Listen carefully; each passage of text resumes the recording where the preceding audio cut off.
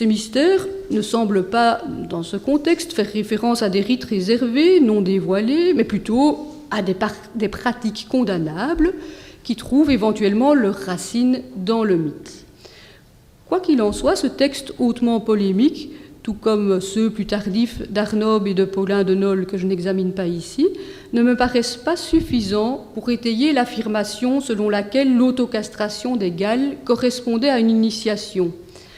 En attirant cette pratique dans le champ lexical des mystères, sans toutefois l'identifier explicitement avec une forme d'initiation, ces trois auteurs chrétiens cherchent plutôt à noircir encore davantage les autres cérémonies qualifiées de mystères. En outre, les Galles, contrairement à une opinion diffusée, n'étaient pas des prêtres. Il s'agissait de pauvres hères, objets de moquerie, objets de mépris. Il est très invraisemblable que leur geste d'autocastration ait pu servir de modèle à quelque rite que ce soit ou ait été considéré comme une forme suprême d'initiation.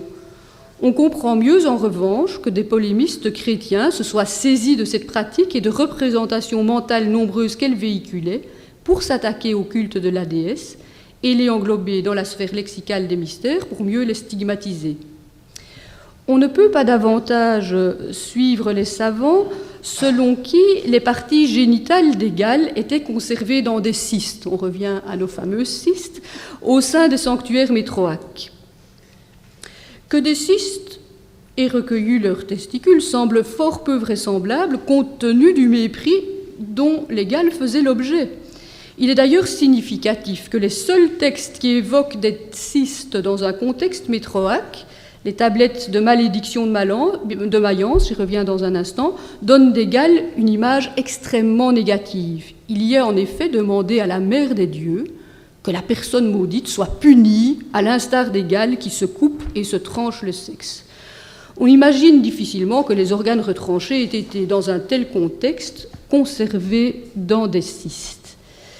Jusqu'à la découverte récente de ces tablettes de malédiction à Mayence, tablettes datables entre 70 et 130, la cyste n'apparaissait pas dans les sources écrites portant sur le culte de la mère des dieux et de son paraître. Un de ces textes commence par une invocation solennelle à Attis, dans laquelle figurent notamment les cystae penetrales, et on retrouve le vocabulaire utilisé par Apulée que Béatrice nous a montré.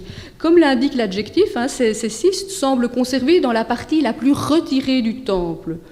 Toujours au pluriel, des cystes qualifiés de dissimulés, dorés et sacrés apparaissent dans une autre de ces malédictions dont le texte est malheureusement fragmentaire.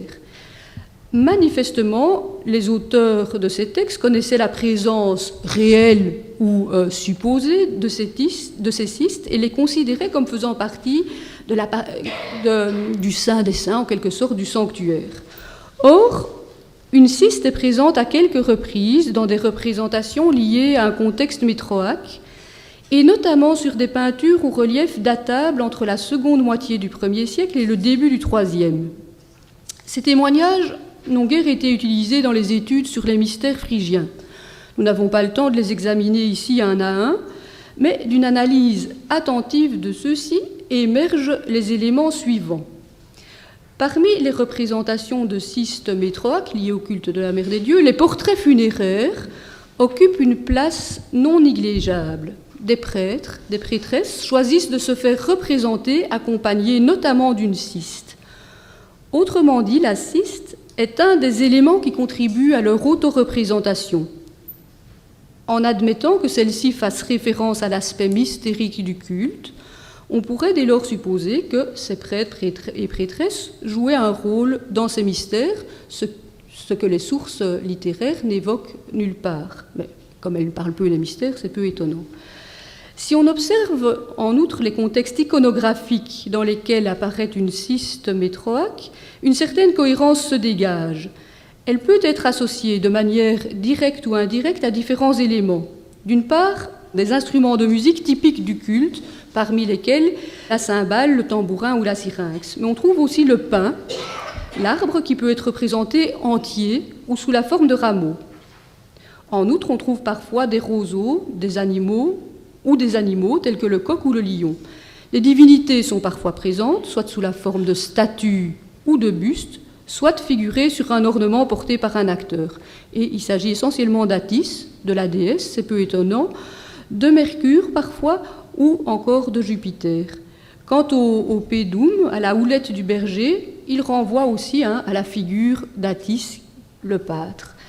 Bref, la ciste métroaque apparaît en relation avec des éléments qui font référence au mythe d'Attis, le dieu lui-même, représenté directement ou par le biais d'un de ses attributs, ou le pain au pied duquel le pâtre c'est masculin.